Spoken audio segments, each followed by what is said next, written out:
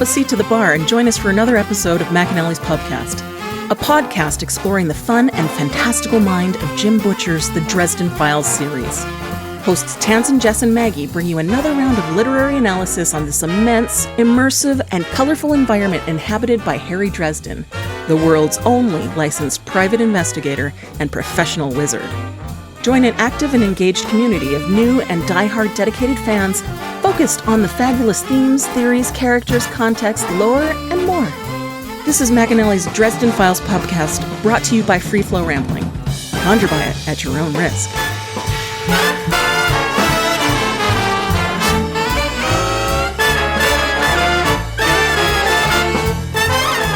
Welcome to the McAnally's Pubcast, brought to you by Free Flow Rambling.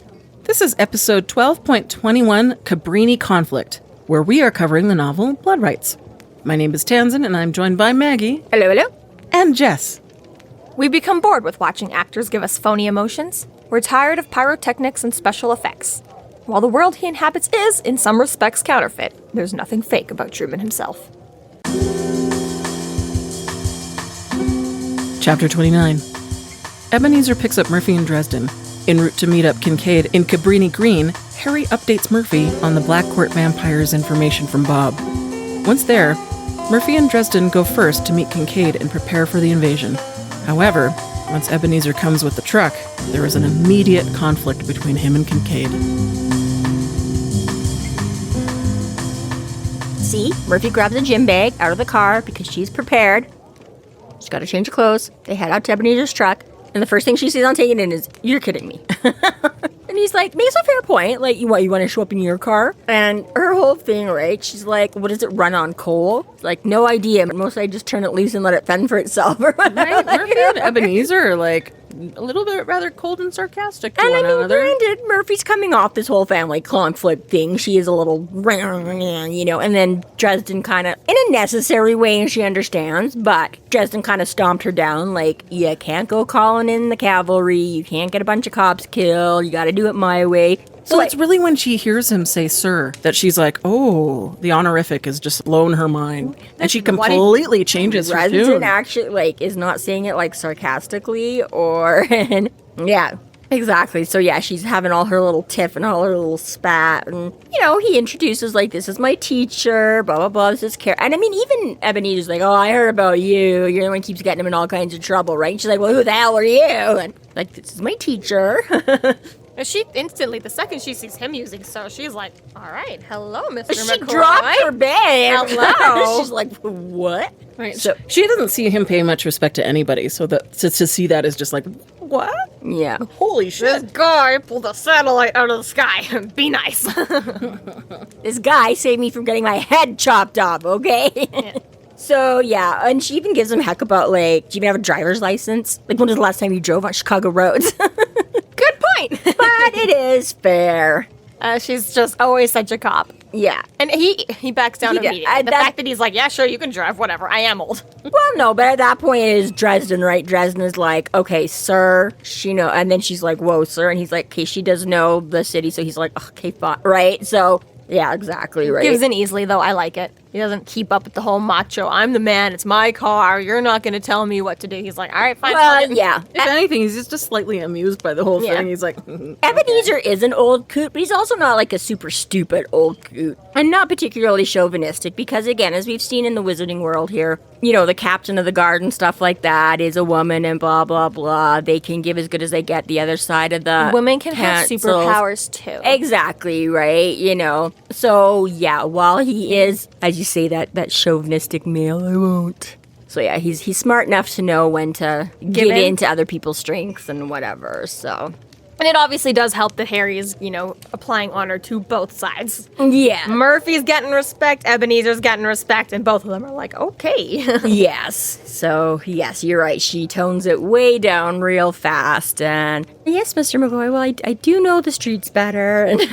Yeah. Murphy very efficiently gets them to Mavra's lair while Dresden updates Murphy on the vampire lair. What's the quote that Murphy says exactly? About which? There's a lot of them. Driving? If you don't mind, Mr. McCoy, I know the streets better and there are lives at stake. And then she does the most illegal driving ever. The next street, she knew the streets of the old town as well as anyone had ever seen, and she regarded niceties like red lights, one-way streets, and right-of-way with an almost magnificent lack of concern. So Ebenezer could have just drove anyways. No, but this is the thing, because she knows him so well, she knows which streets she can drive down backwards at this time of day going the wrong way on a one-way. Her eyesight means she's going to avoid pedestrians. Exactly, Quite funny, though. But yes, yeah, there's lives at I'm a stake. better driver than you. Does whatever the hell she wants anyways. Right. And yes, she does have the badge. She's not going to get a ticket. This is official. I need to do this. Even though I'm sure without the lights, you can't just do whatever you want when you're an off-duty cop. Yeah, But no, at least And I you're feel still like subject to the law. I think she in could theory. get out of it though easily I and was be like, gonna- "Oh, undercover mission, ha ha ha." It's got to be like breaking into someone's house, you know, you're like, oh, I'm sorry, did I just hear someone call for help? Sounds like probable cause to me. You know what I mean? I'm sure she could make up some about being on the way to something and didn't have time to call in anybody else. Right, I'm I sure don't she could know, get out of it, but I still feel like, what were you saying a minute ago? Yes, yeah. Maybe take some a little leeway on that one. Driving like little a bit of crazy. stretch. And I don't think that these old ass cars are banking all that well. But I also, well, apparently he keeps this thing in stellar condition because It doesn't matter. It's not built for. it doesn't corner like it's on rails.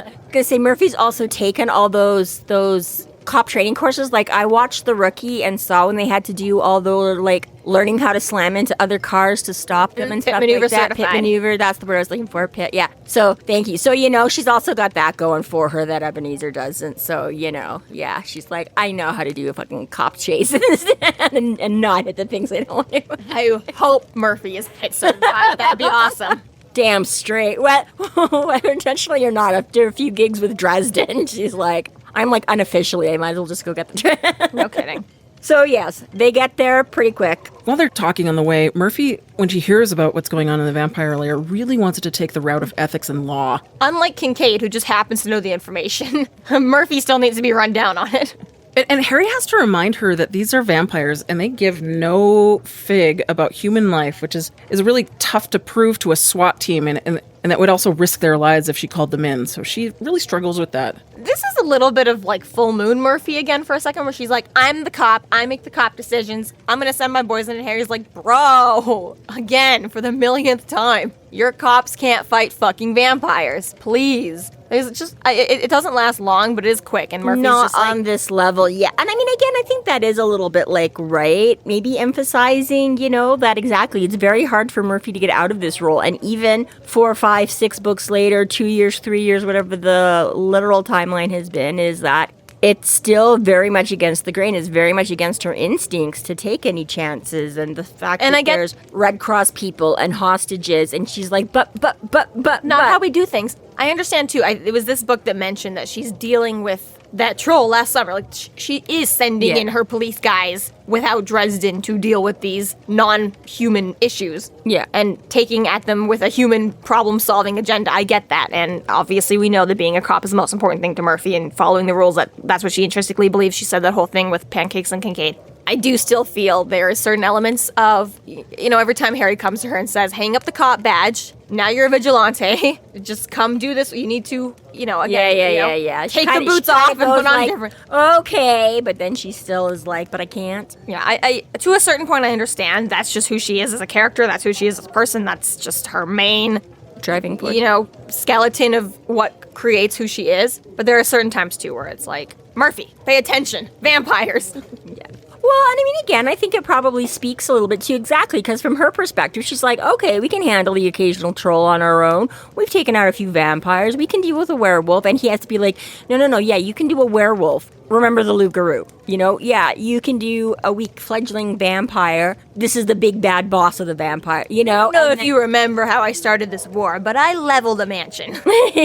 But, exactly, it's like she's not always hip to hip with him when he goes up against the big bads, right? Sure, she's dealt with some fairies and she has not gone face to face with the fairy queens yet. So, I mean, I think it's sometimes that, too, is that Murphy's like, but I have. How bad could it be? Yeah, and Dresden having to be like, no, you're still dealing with the pawns. Like, we haven't moved up to the, this is magnitudes above what you So yeah, it's that That reminder is true. for her too. We that- do watch a lot more significant of Harry's level 1, level 2, level 3, level 4. And Murphy's a little bit like, okay, you're here for level 1. Okay, you're here for level 4. Okay, you're here for level 7. And you forget sometimes that Murphy, her leveling up is a little bit more of that, may or like, may not in between. hit the ground running every time. Like, oh, wait, what? Yeah, exactly. Just Excuse 'cause me?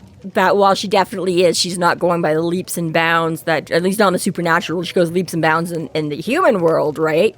She's got aces on Dresden for a lot of that stuff, but yeah. And I think, I forget that she was not there for the fairy war up in the sky. She didn't go to that. And then, in another few books, she's being taken to fairyland, and it's like, all right, bitch, we're invading the castle now. Like, wait, what?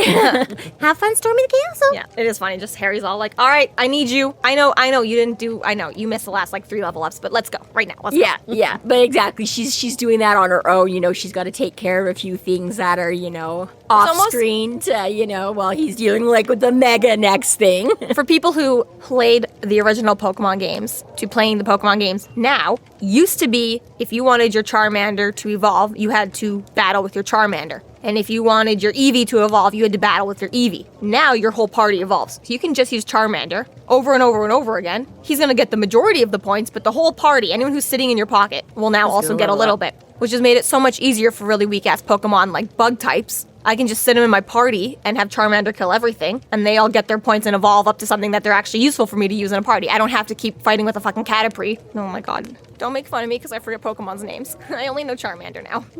But you totally... A Butterfree is so much more stronger than You a... read me the Riot Act 2 weeks ago because I wasn't giving you Pokemon cards for my Happy Meal that you had to have. You know but you don't collect them, and you didn't give them to me. Because you didn't give them to me. If you were still giving them my to me, fault, then you I would- would have been still up to date. I'm sure.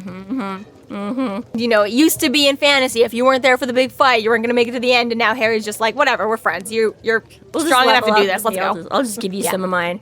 You've leveled up with me. You're just, whatever. If I need you, you're good for this. Let's go. Like, just gonna slap that charm on the back of her, like, okay, you're level 10 for this fight, let's go. Okay. But only when you're here with me. I can't let you remember me level 10 all the time when I'm not there. No, he does. He's like, all right, you're loose on the world now, not my problem. Have fun with those trolls. They had to meet Kincaid and Cabrini-Green. It was mentioned before Cabrini-Green, that was where the vampires are. And I did a little bit of research and to get a bit of a history lesson in Cabrini-Green so we know what this is. According to Britannica.com, Cabrini-Green was a public housing development in Chicago, Illinois. Cabrini-Green was once a model of successful public housing, but poor planning, physical deterioration, and managerial neglect coupled with gang violence, drugs, and chronic unemployment turned it into a national symbol of urban blight and failed housing policy. In 2000, the Chicago Housing Authority began demolishing Cabrini-Green buildings as part of an ambitious and controversial plan to transform all of the city's public housing projects. And the last of the buildings was torn down in 2011. So in 2004, when Blood Rites was published, they were already a few years into starting to demolish this neighborhood, nowhere near complete. So there would have been lots of destitution around. Apparently, even into this day, 2 of the original buildings still exist in that location. Interesting. The slum is dead. Long live the slum. Right. So I do imagine that Butcher knew about the Candyman connection. Right. Yeah, because that movie would have come out well before this. Well before, so I imagine that is most likely. I mean, it is infamous, so I guess that just might be just general knowledge about Chicago, but I imagine, yes, Butcher himself was like, you know what is also This in is a Chicago? great place, the Six Scary. Where should I send creepy some stuff. vampires? Yeah, I think it's really well chosen for layering on horror upon real life tragedy. Totally. I would say, though, if I had to choose between running into Candyman or Mavra and her Scourge, I think I'd go with Mavra. Well, Candyman, at least you have a choice because you have to say his name several times before It's he like actually 7 appears. times or something. It's an insane number. 5? 5, 7? I I think don't it's know. 5. Maybe, Yeah, yeah. I I don't know can't exactly, but it's way more than Beetlejuice. Yeah. It's way more than Beetlejuice. One more time, come on. Oh, God. See, Maverick, she'll just show up whether you want it or not. Yeah, fair enough. I just think in terms of what I'd rather be killed by, it's not the Candyman. Right. It's pretty brutal. I Like a don't hook. like Ooh. that. Yeah, no. You looked it up, didn't you? I just am aware. I'm aware of what the movies are. I've never seen a single one, but I am aware of his killing process. And one of my best friends I am is not, so that's okay. a horror movie fanatic. It's basically it's Bloody Mary. It's Oh, yeah, I Bloody know Mary. that part, but I don't need to know the rest of the details, yeah. Yeah, I personally think becoming a Renfield is a nicer option. If I were given the chance to know. choose. So when they arrive at Cabrini-Green, this site is clearly neglected and there's a lack of police presence. What Harry notices is that there's a lack of vagrants, so there is no street people. Harry explains to Murphy the feeling of malevolence the vampires add to the neighborhood.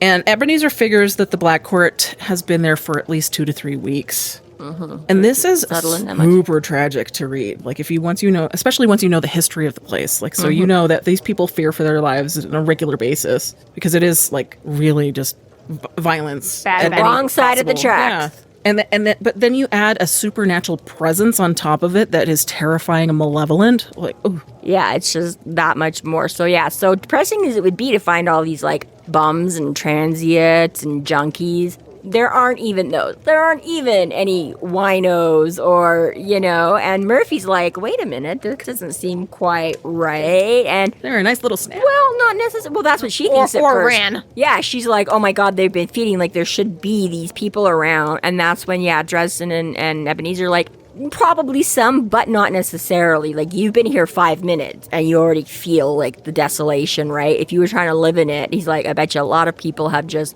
whether they realize what or why or whatever, he's like, a bunch of them have moved out of like the bad neighborhood has become too scary to, and so, yeah, exactly. So, while definitely, I'm sure enough of them have fallen victim to, as you say, late night snacking, the rest of them have just turned tail and got the fuck out of there because it's too... And it's come up in previous books, it'll come up in future books that, you can't tell something supernatural, but people just instinctively want to avoid them. The Shadow Man's neighborhood, Victor Saul's neighborhood, same thing. Right. Like this, nice, chirpy little urban neighborhood was. There's no birds. You can't put your finger on it, but you don't want to be there. Yeah, it's just bad vibes. Something. Bad Not vibes. good. Unfortunately, being right in smack dab center of Chicago, that makes it pretty difficult to completely avoid. Yeah. So, yes, they decide that they're going to meet Kincaid on foot so that they don't have just some big-ass scary car driving up to him. Well, yeah, right. Don't spook the trigger man that you've paid to be the trigger man. So exactly, if all of a sudden things start coming at him that he's not expecting, you might want to give the heads up that, he's with us. That's a good plan. It's a good plan. It's smart. And gives Murphy and Dresden chance for another little buddy. Right. Little chat, little talk, little pep talk. It's a good establishment and a recall back to what's going on. So while they're walking up, Harry assures Murphy that he knows that she's afraid and that he is too. And through Murphy's admissions, she's not quite over her previous trauma from the nightmare. What if I freeze up again? You won't. It could happen. It won't. I said, you sure? I winked at her and twirled my staff in one hand. I wouldn't be betting my life on it otherwise. You've got my back, Murph. Shut up and dance. So again, he's like, yeah, I know you're afraid. And she's like, yeah, I've always been afraid, but this is a different kind of afraid and I don't like that. And he's like, okay, yeah, gotcha. That exactly. It's a deeper, more intense, like before I was afraid, but excited because I know, what I was going to do. And now she's like, now it's just terror. I'm like, yeah, that's a lot harder to get over because I think we've all had those moments too. Like, well, you've got your recital and it's like, you're dreading it. You're like, I hate going up in front of people. But at the same time, it's like, well, you're kind of excited because now you get to show off. You're like, I've been practicing this piece and, if I do it right, everybody's going to appreciate and I get to show them all the hard work I did, and yeah, now she's like, no, now it's not so much that. Now it's just the fear and more fear and nothing else to balance it out. Very much PTSD and an unresolved trauma. Yeah. There's this game, Sons of the Forest, and it's a really scary game. Honestly, it's a horror game, but it starts out just shipwrecked, basically. And you're on an island and you start building a fort and you've got a crew member that's gone either PTSD or drugs or he's just gone crazy. He's not okay. And you're supposed to protect him and keep him safe while he's not helpful in any way, shape, or form because he's going through this, right? And some people just kill him off so they don't have to protect him anymore, and some people do protect him and whatever. But there becomes a point when you've explored the island and you've explored the forest and you're like, all right, there's nothing going on here. And then you find a cave and you go in the cave and it's like, you just know there is a monster in this cave. You're finding bones and you're finding skeletons and you're going deeper and deeper and there's shadows and footsteps. You can hear things are moving around in the darkness and you're supposed to keep going forward in this game because that's... Well, it doesn't really sound like they're encouraging you. Once you start finding bones and weird sounds, you turn around and leave. Let me go back to the sunny beach. But it's the same thing. It's like, this is the only way to play the game, and I'm just like, shut off. I don't want to do this anymore. I don't go for it. And that's how I feel like for Murphy. It's like the only way to do this is to go into that room and fight them. But how the hell are you supposed to do that when you see all the fucking bones littering the ground? Yes, that is very much that way. Yeah, that's exactly what she's looking at. Well, Murphy does finally make the realization that the police would have really been ineffectual in this circumstance. And this book has really set a precedence for Murphy's very strong values. But in this section, it also displays that she is observant and smart enough to know when she has to loosen the code that she lives by to actually do the right thing. Yeah, it's hard sometimes to wrap her head around and have her head and her heart go at, different odds. But yeah, she's kind of taking that battle too. How are we any different from those feds that went crazy trying to uphold the law, that they ended up breaking it? We just are, Murphy. I don't agree with that. Those were guys. These are like monster guys. Harry's point is that the feds were going against human beings. Yeah. These are, that was humans who made a deal with the supernatural to go against human beings. These are humans who've kind of got a deal with the supernatural who are going against monsters. Yeah, but I think his point was that the FBI took Wolf Belt to go after, Marconi and that. Mm-hmm. And he's like, that's not how you deal. Marconi is just a straight-up gangster. You go straight-up cops to deal with the straight-up gangsters. Right, but the vampires are vampires. And the Renfields are, sad to say, no longer. But not by choice. They weren't like, hey, Mavra, want to give me a little bite so I can run around and be a crazy thrall? They did not choose it, but they are, regardless, lost to it. They are, yeah, but that's... And I get why Murphy's so upset, but this whole, what makes us any better than them? Well, because Marcone was still a person. The Renfields aren't. And that's, a whole theological discussion that I won't make. But now I'm confused. I feel like you were arguing against the point, but now you're arguing for it. I don't think you were listening to what I said then. No, I just don't think you said it right. The FBI were humans. I understand what that was. But you said Dresden's trying to make that point, and you're like, I don't agree. But now you're agreeing. I don't agree with Murphy. You said they were people, whatever you said in your sarcastic voice was the part I didn't agree with. Okay. I'm editing this one. And I'll sound smart as fuck, and you won't. So there's a really great passage in here about how she's kind of struggling. For as long as I've known her, Murphy had held up the law. She had a good head on her shoulders when it came to the nature of good and evil and right and wrong, but her first duty had been to the law. She'd believed in it. It was the best way to help her and protect her fellow man. She'd had faith with that power of the law, while imperfect was absolute, almost holy. This totally just reminds me, it harkens back a little bit to Harry using the sight on Murphy, and he sees her as an avenging angel. This is totally what it made me think of the minute, he put this in there. I was like, with her with the flaming the whole cornerstone sword. Of a person, right? What is the thing? Nature versus nurture, what's intrinsically about them. For Murphy, that is being a cop. Yep. There's no ifs, ands, or buts about it. She is a cop, whatever it takes to be a cop, whatever it means you got to do as a cop, that's her basis for life. Mm-hmm. So yes, this whole every week Dresden asking her to be a vigilante does wear on her. And that's, I think, another reason why she's so resistant against it is because, as soon as you blur the line one time, you're going to blur the line a second time. You're going to blur the line a third time. So Murphy's got to actively be enforcing those cop rules when she can because she doesn't want to fall to being the FBI. Oh, well, if it's a takedown Marcone, it's okay. Yeah. If it's a takedown some other random loser. Which is probably why she's so disagreeable to Kincaid's methods, because he's just like, fuck it, let's do this in the most efficient way possible. Who's got money? Right. Yeah. Well, yeah, and his whole take is, just blow the whole thing up. And she's like, no, we can't because we have to pull out those that, legitimately can't be saved and aren't a part of this and da-da-da-da-da. Also, that's how Harry started a war last time. True. We're trying to end wars, not create more. I like that it harkens back to you for that scene in Malone's bedroom, though, when Harry's got his sight on him and she comes crashing in. And I get this whole, avenging angel kind of view of her or whatever. Very nice little draw into that. Well, Murphy does seem comforted by Harry's reassurances, and she's good to go now. Except for the matter that he kind of points out indirectly that she's still in a floral dress, but she looks very good in. And then we get this awkward, intense moment. Well, he does. He's like, hey, you do look good or whatever. And she's like, really? And then Harry suddenly realizes how uncomfortable he feels because he's not supposed to notice Murphy in dresses. And cop Murphy isn't supposed to be still cute. Really cute, though. Her genuine thank you. Yeah. Aw. Yeah, without the bullshit. She's like, thanks. And then they walk up to Kincaid. Mm-hmm. Who's driving a white rental serial killer van. Right. Turns out that's a myth. Thank you, Silence of the Lambs, for making that a cultural phenomenon. But also it comes from an era when they would never think to make a van mini. It's like, hey, my parents. That's the kind of van that I grew up with. Yeah, the 15-passenger van might have only been a 12-passenger van that my parents had. Oh wow. Yeah, and we filled up most of it. My dad Car used seats to are big and bulky. always get a utility van and then finish the interior himself because he was trained to be a carpenter before he ever became an engineer. Right. So he would put walls like wooden walls up and carpet it with inlay and then put the seating in himself. And whether or not it's up to code or not. But I was gonna say, yeah, wait a minute. Seatbelts. I lived. I'm still here. Kincaid suggests mass demolition.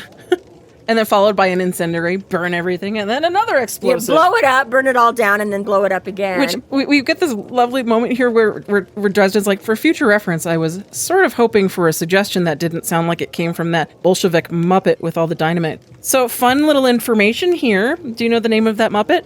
It's Crazy Harry. Oh, I did. Yeah, I found this on a Dresden Files Reddit. Thank you, Iron Lord 13 for the insight.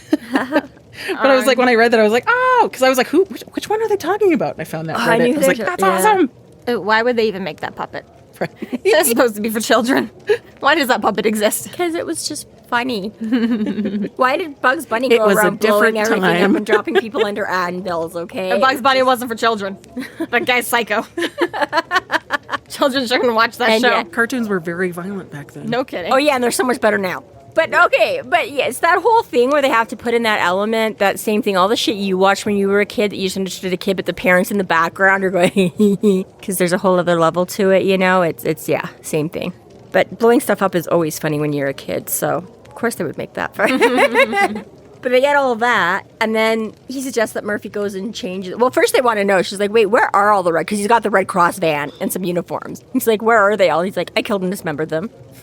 And there's just like that beat. He's like, I'm kidding. And Dresden's like, oh, yeah, I knew. I was like, come on. Sorry, where are they?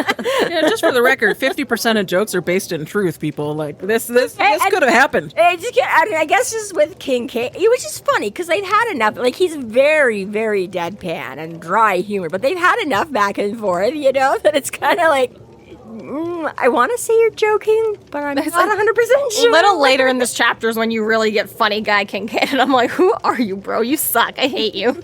Save the jokes for Harry, please.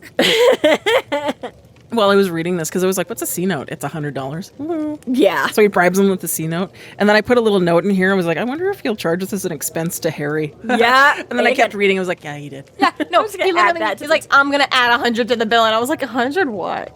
As a poor person, I think $100, but maybe it was just 100 grand. No, a C note is a $100 bill. Okay. I had to look it up. Yeah, I was curious about that. I was like, what's 100? I have to assume 100 it what? comes because, like, the French in that is cent, S-E-N, or C-E-N-T. Oh. Means 100, and a century, right, is 100 years. And so I'm assuming that's where the C note comes from. I Wow, don't this know guy's the- old as hell. I don't. It's Latin origins. Latin's right. The term is not that old, Jessica. Maybe not so much around your time, but it's not like it's a extremely ancient. Just people that have them use the term, okay? I can understand why you're not familiar with it. We never handed just $100 around to anybody for anything, okay? Usually you're more, you know, like a 5-spot or a sawbuck is more up our alley. I get that, but yes. So yeah, it's just $100 and he's just going to add it to the bill along with everything I wasn't else. thinking of the Roman numeral being a C for 100. I was thinking Kincaid was there during the Roman times and using like Possibly a that C too, for coin. all we know, but no, the term C note has been around for a while. All right. And That's where I was coming from with that. Gotcha, Okay? gotcha. Okay. I was like, well, the slang's not that old, but... Yes. But then he also suggests for her to go and change and everything like that, and she wants the keys. And he's like, what for? And she's like, so I can change? And he's like, yeah, you don't know anything we haven't seen before. Well... Turns to Harry. Wait, and I like, yeah, but again, right, just the point that he's like, that's fine, we've all seen him. Murphy's like, fuck you, I'm not changing in front of you guys, I don't care. You know, like, it's just like so matter of fact that you're fine, sweetie, just go ahead. It's I'm not gonna lie, like we're all professionals. this whole like conversation and how he keeps on like using like yes massa and like Yeah. he's got like the most douchiest frat boy vibes ever. He Like sucks. just, oh, I hate this guy. just shut up, man. Like stop. But That's his whole point, is that, right? Is he laying it on thick? Just, He doesn't yes, normally. Master Dresden. He doesn't normally get to backtalk the people who have hired him. He's more usually just like, yep, It's a I'll little do bit whatever like you Bob. want. Yeah. I guess a little bit Right. like Bob, How people right? just turn into when they're around Dresden. Exactly. It's like He knows what he can get away with. Ivy, so again, while Ivy has access to everything and I'm sure has heard every dirty joke out there, Ivy's still a 7-year-old girl who likes to act like a 7-year-old child. You know what I mean? Like, yeah, she's got certain job things that, you know, she has to go above and beyond, but she likes to get herself in bed and she by 7 o'clock, and she likes to wear, whatever, right? So it's the same thing. I was like, I can't see him using he's not going to make dirty jokes to Ivy about, changing in front of people or whatever, right? And this kind of stuff. So it's like same thing. He's not going to be making like off-color jokes to Ivy the same way about, and again, depending on, who is other, super high professionals that have hired like this. Get it all out now before you go back to her. Yeah, hired assassin, you're not joking around, but he's like, I could totally do that with Dresden. Like, Dresden doesn't take anything seriously, so you can hardly expect me to, It's like, that's sort of like, oh, But again, it doesn't end there because, don't look, I blush easily. Blow me, Kincaid. Don't you owe me enough? Like, I know. yeah, like you said, just shut up. Stop talking. But it is kind of funny, all to say. It's like, Kincaid.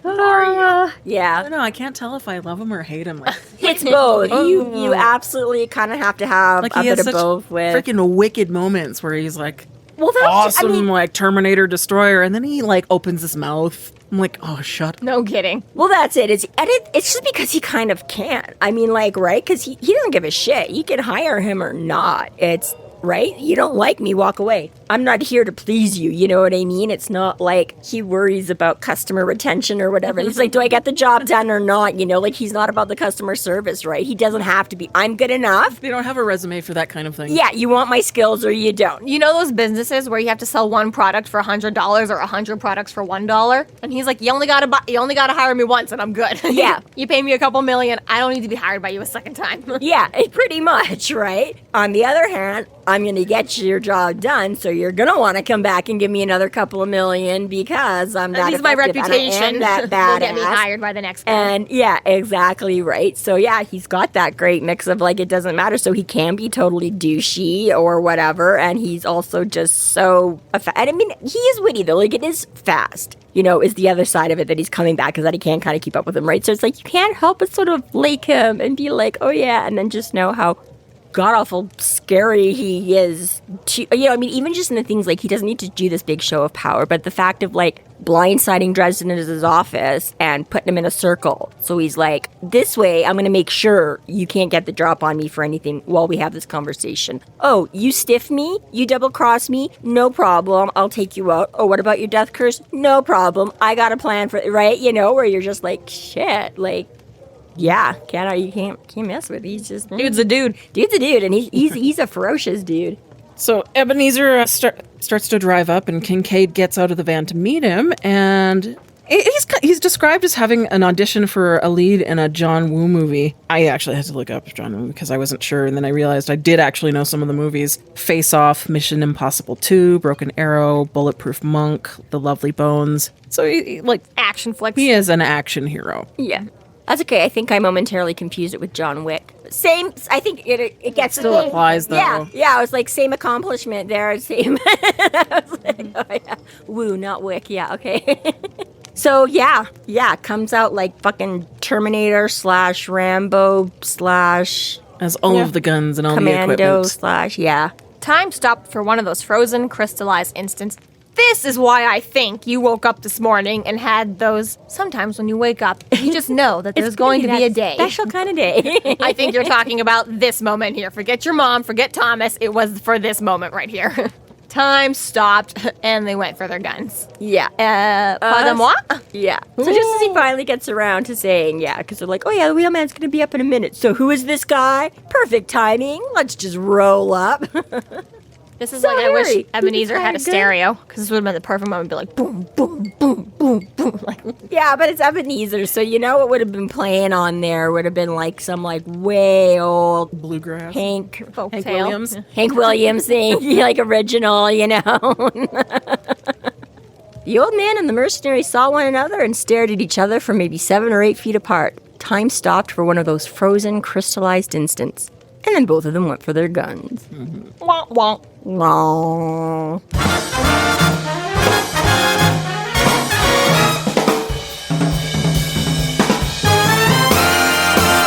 Thank you so much to our Patreon subscribers for your generous support. It's people like you who help us keep doing what we're doing. If you're not yet a Patreon subscriber, sign up today and get a fuck ton of bonus content, kick-ass merch, behind-the-scenes outtakes, and more. Sign up today at patreon.com/freeflowrambling.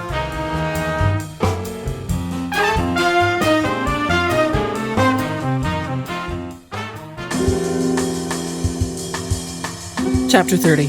Kincaid and Ebenezer stand off due to a history of bad blood. Dresden talks them down and convinces them to work together. Kincaid assigns weapons to each of them and solidifies what tactics they will use for the attack. Kincaid pulls a gun on Ebenezer in a flash, but one of the rings on Ebenezer's hand flashes, which disarms Kincaid. Nice, that's a nice little Yeah. spell We to live on this have. little standoff where all of a sudden it's like, what the fuck? But yeah, while they both draw like instantly, Kincaid's just a bit faster, but Ebenezer's like, fuck this shit, and just like magnetically like jerks his gun out of his hand. Do you think he has it like on autopilot with his rings, or like he actually had to engage it? We mentioned a while back that Harry should go around constantly ready to throw out his death curse. Because he never knows when someone's going to try to kill him. And I like to imagine that Ebenezer or any one of the more senior council is just constantly ready. They're like all day long. Like when you're driving and you're like left mirror, center mirror, right mirror, check, shoulder, shoulder, left mirror, center mirror. You've never right. done that in your life. What are you talking about? No, but for people who actually care about like laws of the road. sorry. Like Sorry. the senior council. Oh, okay, sorry, yeah. They're just constantly all the time, like left ring ready to go, right ring ready to go, black staff ready to go, this power ready to go, death curse ready to go, start over at the beginning. Like just like left, right, center, up, down, shoulder, ready. Gotcha. Yeah, to a large degree. I'm like Dresden, okay? If you hit me with your car, I'll figure it out after. Yeah. Turns out Kincaid is prepared anyways and pulls out another gun almost immediately. But Ebenezer already has a shotgun aimed at him. They're both psychos. And Dresden, worst like, of all, throws himself between them. Right? These trigger-happy idiots, I'm not getting between them. Right. I don't need either one of them in my life that bad. Yeah, like there's Okay, I think obvious it's good. historic bad blood between the old wizard and the merc. Like, As quickly mentioned here. Fuck this guy, fuck that guy. I told you I'd kill you if I ever saw you again. That's why I've been avoiding you till now. A great line as well, which is why you haven't seen me.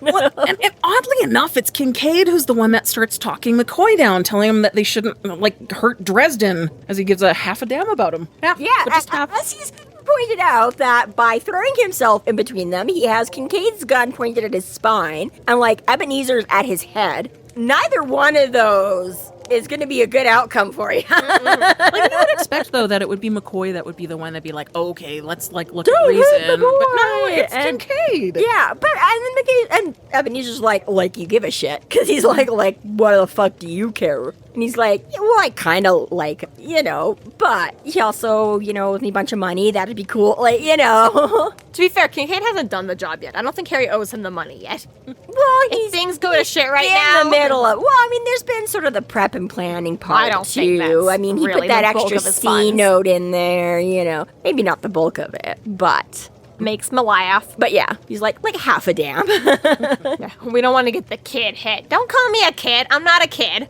Yeah, don't talk about me like I'm not here even, right? So, Kincaid calls Ebenezer Blackstaff, maybe a title.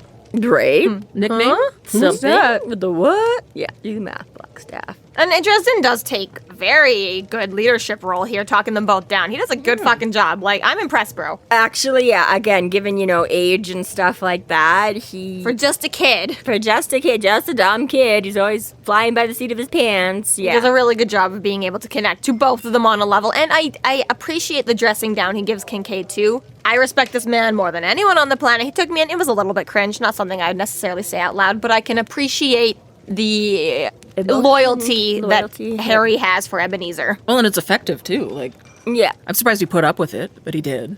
Yeah.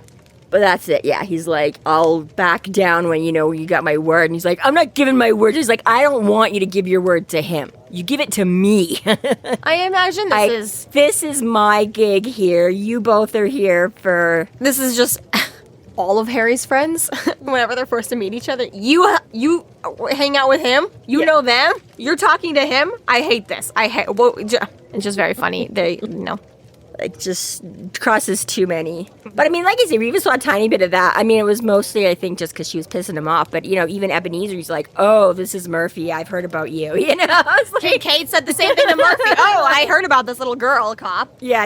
Well, they're both just... Yeah, but I think from a different way, because Kincaid, again, would have heard about the cop and stuff like that, whereas Ebenezer's got no real reason to know Murphy except through Dresden, right? So, yeah, he knows, oh, you're the one that keeps running around and them getting in trouble, whereas Kincaid is just like, oh, I've heard about this cop that's, but yeah, exactly. Doesn't seem fair to blame it on Murphy. You're the one running around getting him in trouble. Nope. He's the one getting me almost murdered every week, but thanks a lot. Yeah, with that. So, but yeah, exactly right. It's like they've all got just these bits and pieces on each other and like, oh, you're that one. Oh, this is the guy, And it's like, yeah, well, they all have, like, a shred of respect because you're like, oh, you're important to Dresden. They all, like, immediately, like, hey, why? Wait a minute. Why do you respect this person?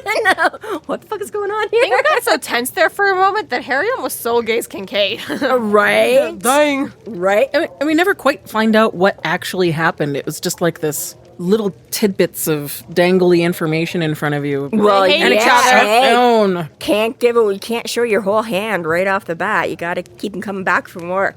But this is the other thing, like how you were saying in the last episode or the one before that, where it's like it's all just convenient to the plot. If I need you to be afraid of cars, you're afraid of cars, and if I need you to be like the best driver in the world, you are for this. But it's kind of a little bit like that with the soul gazes sometimes, because he's like, it only takes like a second or two to fall into them. And I'm like, yeah, okay, I get, obviously it's one of those things where it takes longer to describe than it... A second or two of intent. Well, that too. But I mean, but he's had like a few times where him and Murphy like looked at each other and he's like, oh, it's almost getting to that point. And then they like look away. Thank you, Jessica, for the visuals there on the... Nobody does bug-eyed intensity like you do.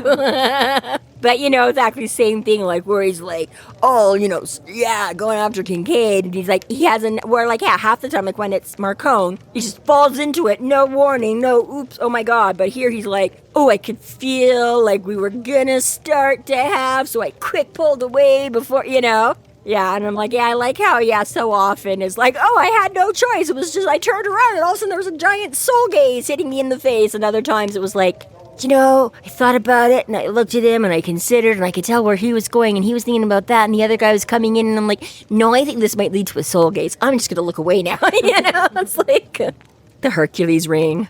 Well, they're all really kind of aware of each other. Like, Kincaid apparently can already recognize Ebenezer's work from the satellite dropped on Casa Verde. Like, so... Yeah, They know each other well enough to be able to recognize... It brings up all kinds of questions. Like, okay, so...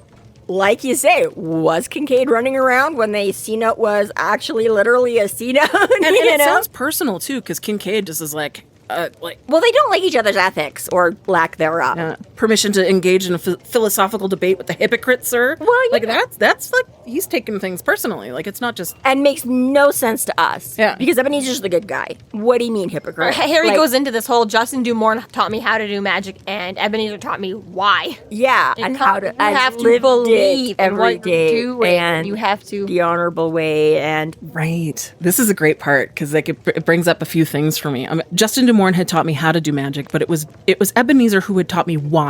That magic came from the heart, from the essence of what the wizard believed, from who and what he chose to be. That power born into any wizard carried with it the responsibility to use it to help his fellow man. That there are things worth protecting, defending, and that the world could be more than a jungle where the strong thrived and the weak were devoured. Now, with this passage, like it totally struck me that there is a particular theme of this book that is about ethics. In particular, some of the titular characters that are outside of Harry himself. So we've got Murphy, who's devoted to the law. We've already had that sort of description of how she is like wholly devoted to the law, like almost like a religious figure.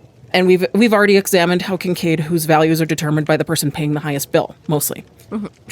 Dresden we experience by proxy in action. We see his value structure, and we also see him struggle to follow it in times where he's struck with overwhelming feelings, anger, and violent tendencies. Like just now when he's bringing Kincaid down a bit, he has to reel himself back in again. Now we're seeing the major influence, which is McCoy, who's taught his beliefs. I call them the Uncle Ben beliefs, which is with great power there must also come great responsibility. In comparison to his former years with Justin, who covets power exclusively, which is also mentioned in this passage. Yeah.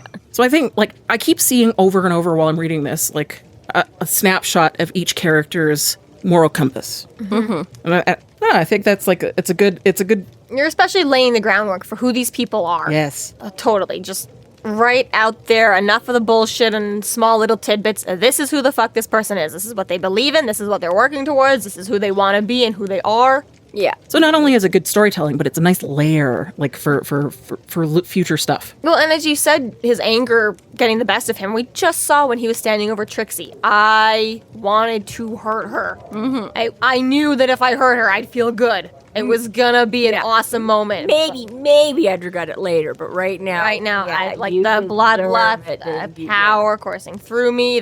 What did you say? The jungle where the strong thrived and the weak were devoured. Mm-hmm. He's totally 100% has to stop and take a moment and be like, human being, I'm a human being. And that's a very, like you say, running theme in all of this about Dresden being again, because he's got this power and not abusing it because A, he just has a lot of it that he could swing around, and B, because of his rocky start where Justin was just like, yeah, sure, you got it, use it, flaunt it, do what you're right. And living in the gray area and having a lot of temptation. Well, not even some, but yeah, exactly. Just, want, have, take, and him being like, I have more power than most people, so I have to be careful again not to overstep and whatever, right? Just because I can does not mean I should.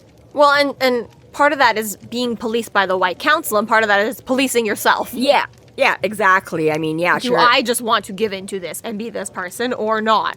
Well, and as was it Kincaid pointing it out to him in the offices? But I mean, again, it's the White Council, but only if they catch you. Mm-hmm. Is the other side. So yeah, Harry's more on their radar. They're more specifically keeping, but exactly, I mean. But at the same time, the rules are quite broad. The rules are quite broad, and there's little bits and pieces that Harry, he's like, if the White Council found out about this, I could be in trouble, but since they're not here right now looking over my shoulder, I'm just gonna hope I can get away with it, and. Well, and it makes for such better writing to have a character that is not like this superhero and to have them struggle and see them struggle. Well, exactly, because Harry could just go around squishing it. Exactly, he could have solved this problem eons ago. Trixie could have walked in on the set, he could have been like, wow, this is a vicious, whiny bitch that is just too stupid to live. Done. You want to like him more because he does choose to do the right thing. Because he does. And he struggles with it. So it's part of the Dresden Files is just when it comes down to it, it's the ethics. Yeah, it's the morality. I just said, the whole Felix Castor books, right? He's not an evil guy. He is trying to do the right thing in every book, but his morality or his compassion for his fellow man is a lot lesser than Dresden's. Dresden is constantly like, no, people should not be murdered by vampires in the street just because they went out after dark. That's not fucking fair to anyone. Whereas Felix Castor is like, bitch, why the fuck did you leave your house in the middle of the night, you dumb fuck? That's what happens when you leave the house. There's ghosts walking around. There's zombies walking around. That's why I don't leave the house in the middle of the night unless I want to fight with zombies and ghosts. And Dresden is like, that's not fair. Humans should be allowed to go and live their lives. And if a human hurts another human, well, that's Murphy's job. But if a vampire or a troll or a bitch comes up on a man, I've got a responsibility to stop it. That's awesome. I like that. Point is fantasy seems to have one of two ways where you're either, it's not our fault aliens are invading Earth. That's not my problem. What am I supposed to do about it? And then the characters who are, hello, we have to work for a better tomorrow, bitch. All hands in. Yeah. And Harry's much more of the all hands in. I want to work for a better tomorrow. Issue is, sometimes leveling a city is the easiest solution. And when you've got the power to level a city, you have to constantly be like, okay, fine, I won't set the building on fire, even though it would help all my problems. Right? After they all rein themselves in, Harry confirms they're all still in the project despite the misgivings. Murphy appears, which I'm assuming in this passage doesn't really confirm or deny she's overheard the conflict, but she's ready to go with her disguise, and she's got some Kevlar to boot. So Harry reviews the plan so far. She's got some Kevlar to boot. McCoy is going to shut down Mavra's magic, and they have to handle the Renfields with their guns and dark hounds. And then they want to aim for the basement to protect as many bystanders as possible and just to basically kill the vampires. And that's really the majority of Harry's plan, which is not a lot. Kill vampires, save hostages. How much more simple could it be? Nice little outline, like... Yeah. Which he kind of has a fair point. Like, I get that's the overall goal. I was kind of hoping to flesh it out a little bit. There might be a little bit more details on how to accomplish this. And at least, Harry kind of has the balls, again, the leadership skills to be like, hire someone smarter than you and whatever, right? You don't know how to do this, you hire someone to do this. So he's like, okay, you've dealt with this a lot more. How do you suggest we handle this? And I mean, again, after the whole just blow everything up, burn it down, and blow it up again, they're like, okay, plan B. So what else can we do to make this work? And Kincaid's like, fine, we'll do it your way, even though it's stupid and whatever, and who cares? And like, it's interesting thing too, because we don't know like how many hostages, what, but like when they were talking about, like when they were first coming into the neighborhood and noticing how depleted and everything it was, and Murphy's having all her things about like how do I justify all this, like how do we know who the people are and stuff like this. It makes an interesting point about like how fast the blacks can propagate their species and that too, right? So it's like, we don't know, like, if they've got a room full of adults down there that have already been, like, changed into, because, he's like, we don't know how long. So we know with the White Court that they basically grow up like children. They are born and raised, and they have this demonic symbiote inside them that at some point, merges, takes over, whatever, right? But they're basically a person. You have to grow them. It takes close to 20 years in order to make a white vampire. Yeah, you grow up as a person, right? Until you're, right? Same thing. We don't know exactly how long it takes for the Reds to, but obviously it's pretty quick. These are kind of like, again, your Dracula, your Buffy type. You bite them, they die. Instant. Within a day or something, they're going to pop and the up, Reds have to actually kill somebody to become the full vampire, which and could take, then, like we see in Susan's point. Yeah, exactly. It could take a while. Yeah, and like you say, sort of, how instant it is from that. I mean, it could be almost as fast if, like I say, you get bit, you wake up, you kill someone, year one. But exactly, there is between those steps. It can be delayed, though. Yeah. But that Black Court definitely sounds like a viral infection is what it sounds yeah, like. It's just pretty much. Done. Good. And like, that's what he's saying. Like, again, if we don't step in now, maybe we accidentally take out plain Jane human or a good guy or something. But they can go from, a dozen to like 100 to like 2, in like a matter of, Worst MLM ever.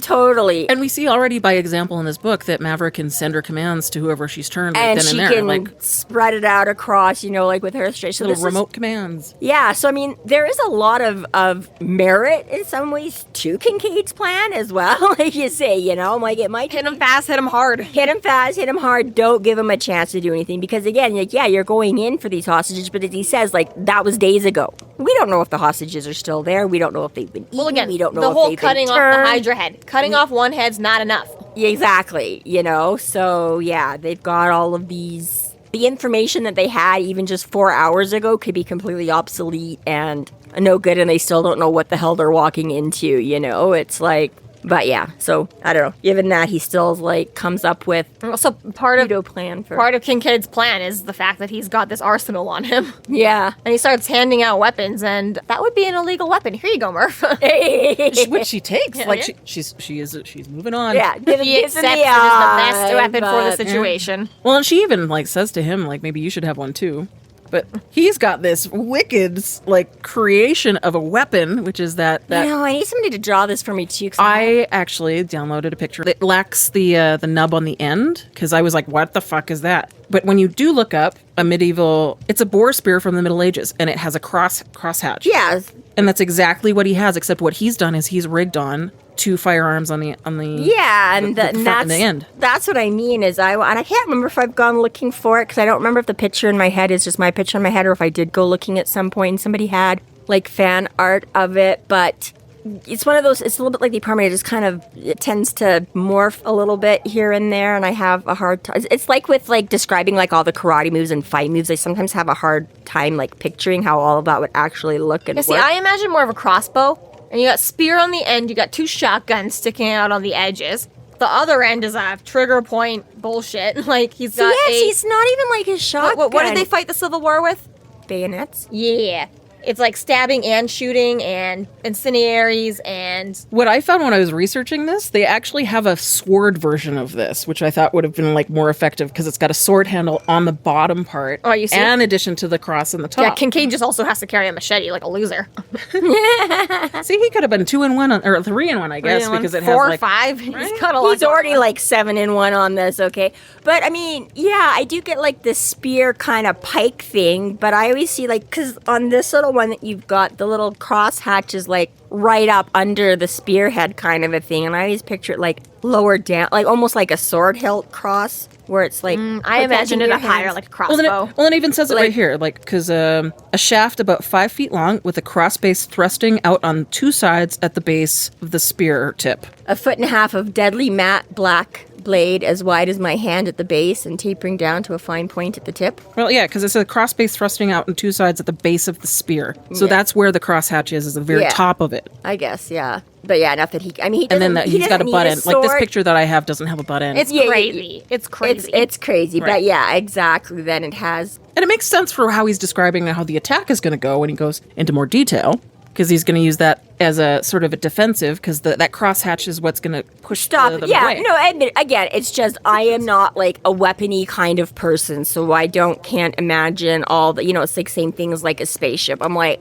I don't know what would be the most aerodynamic, I need somebody, I'm not the artist, I need somebody else to render these things. And so it's just interesting to kind of put this all together and see kind of how exactly would this work for it's especially like the bulbous, and now I just feel like... I got it for you, okay? I'm going to have it described to you immediately. Mm-hmm. In Mary Poppins, when Bert is playing all those fucking instruments at once, it's exactly like that, but weapons.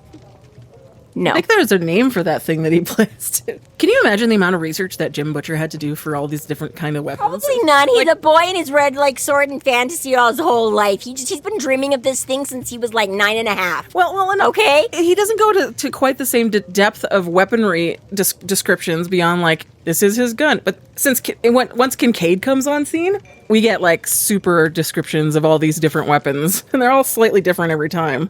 But this thing is just, wow. Yeah. Creative. I had to, granted, I did have to read this passage over and over and over to, conceptualize it. So I totally get where you're talking about. Because when I first read it, I was like, what the fuck? Right. Yeah. You need to go over it a couple of times to figure And it really helps to look up what a medieval boar spear looks like, is what helps to sort of figure that out. I know what a spear looks like. Whatever. Stab things. It's fine. Exactly. I honestly, I don't care what the weapon looks like, because Harry succinctly says it all at the end. My dick's bigger than yours. That's a great moment. He looks at his own, looks at that one, and better. Well, and especially since, he hands Harry, a paintball gun. So like holy water and garlic. Which, okay, is, but I mean, Murphy at least gets a sawed-off shotgun, and yeah, Kincaid has this super-duper futuristic military ballistic weapon, and he's like, oh yeah, here, I got this for you. Well, they do mention why, because we find out from the professionals that they don't think he's good in close quarters, and because of that, they don't want him to hurt them. Beside the point, my dick's bigger than yours. Justify it all you want. But yes. Kincaid is stupid, prepared. He even has garlic necklaces for each of them. Right? He is on it. This was the right guy to hire. Again, when you pay that much money, he better fucking provide the garlic and the holy water. Yeah, right. Although ultimately, he's just adding that onto the bill anyway. So what the fuck is the point? Yeah. He says it's going to help frighten the hellhounds too. So great, thanks. Well, this is the super soaker version, dark hounds. They're not hellhounds. These are just dark hounds. You're right. But vampire hounds. I guess is not demon hounds. Heck hounds. I guess more heck hounds. So it's a good enough arsenal for a crappy plan. Yeah, it's basically just, this is my vampire defense kit. We'll figure it out what's going on when we get in there. Yeah, figures out who's going in first, how they're gonna... Ebenezar's gonna watch the door and wait for their escape whenever the hell that comes from. And potentially keep Mavra a bit under wraps if he can, because they're worried about all her possible wizardy powers stuff. Which I'm not sure how that works. How's he gonna do that? The magic just dampener. All magic users just constantly exuding an aura of magic, and he can just put a chastity belt around it and just... Well, I kind of wondered that too, because wouldn't that give it away? Like if she's like, I can't feel my magic. Like, I feel like if Something's happening. Extending my senses out, and I've got such good senses, or in this case, magic, and I'm like, wait, I can't get past the stairs. What the fuck is going on, bitch? Like, I feel like I'd notice that. Or maybe not. Maybe it's just like you don't realize your ears are only trying to pick up the things that you're aware of, and you don't realize that you should be able to hear what's happening on the street. You just assume the street is quiet, so there's nothing to hear. Maybe it's like that, and she really won't notice if she's not actively trying to. But I still feel like, regardless of whether or not it'd be a giveaway to her, how do you do that? How are you just like...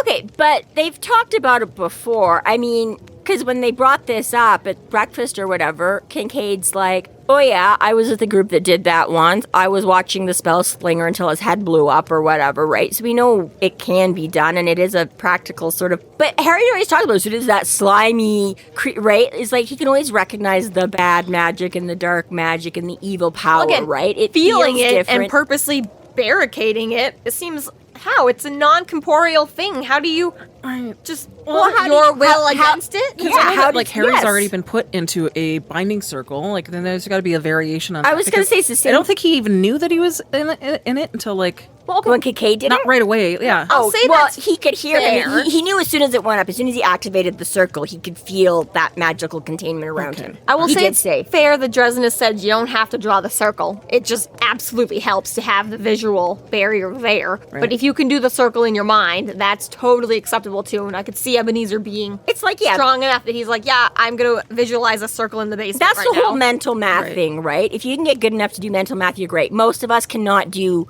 big mental math without writing it down. That's kind of the circle or the not circle, right? And it just blows your brain if you don't use the circle and don't know how to. Well, we also already know beyond that McCoy has, number one, loads of power, but that he has way more finesse. And experience. Again, he's got that. And it's 200, 300, 400 years over Harry too. So yeah, I think that is one of those things that exactly That one, it okay, can just I kind can of take will that. against will and make. I mean, again, it's the same thing as a shield or the magic circles. You're making a magical barrier against something. We talked completely myself into incorporeal. understanding. I get it now. Yeah. He can totally do that. Yeah. Yeah. Sweet. I'll accept the lore. And again, thank you.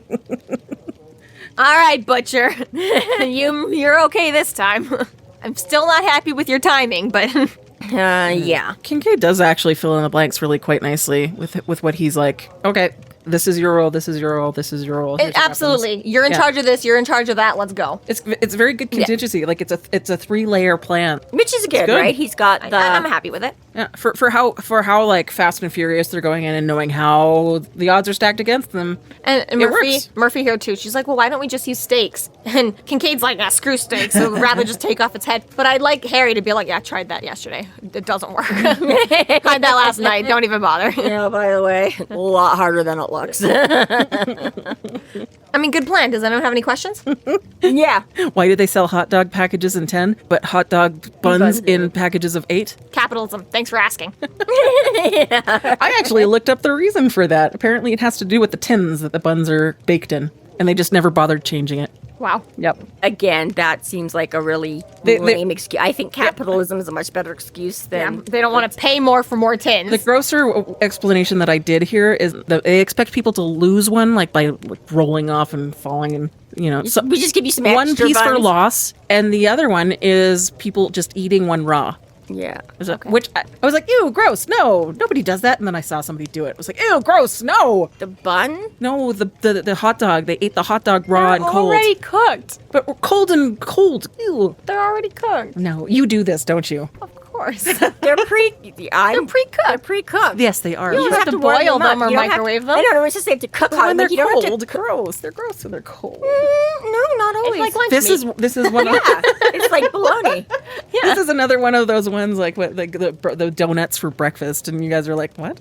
We cannot be bothered to Damn it. make real breakfast, so we buy Once donuts. again, you are clearly outnumbered. Majority rules. You can absolutely eat hot dogs cold. It takes way more time and effort to try and warm them up. I know, I'm hungry And then- now. and then you That's get why the- I bought hot dogs and and, then not you- like ground beef. Yeah, and then you get like those like mixed spots where hot, cold, whatever. But you can see why that theory makes sense, because one of you guys are going to eat it raw. But I'm not, but then you guys. Well, but if don't I'm- need to buy buns. Okay, personally, I'm not going to eat buns anyway, so I'm only eating raw hot dogs. Okay, However, but you could get gluten-free buns. no. But my more thinking is that people, it should be in people's heads. If I'm gonna eat a cold hot dog, then I'm just gonna have an extra bun. That seems more acceptable in my brain than I have to go and buy like 2 packets of buns now for 1 packet of hot dogs, and that's bullshit and not fair. And how dare you guys? Exactly. So by the time you get 8 buns and 10, so 8 times, so now you need to buy like 80 of everything just to have it equal out. Well, the one website that I actually looked this information up did give the ratio of how many packages you would have to buy. So what is the minimum? To make it, I didn't actually write it down. Ugh. But there is like that. there is a point though Well, that you could there's a will point even, where it will 80. even them out. Yeah, 80 let's obviously see. is fine. At a minimum. Yeah. Anyways, thanks, There Dresden. is an answer to that question. Everyone turns and glares So at him, it's which not is a like, good one. yeah, you're dumb as hell. Yeah. But hey, you just gotta have the little tension, comic relief, break the tension. I should probably leave off wizarding and chase my dreams of becoming a stand-up comedian. I'd love that.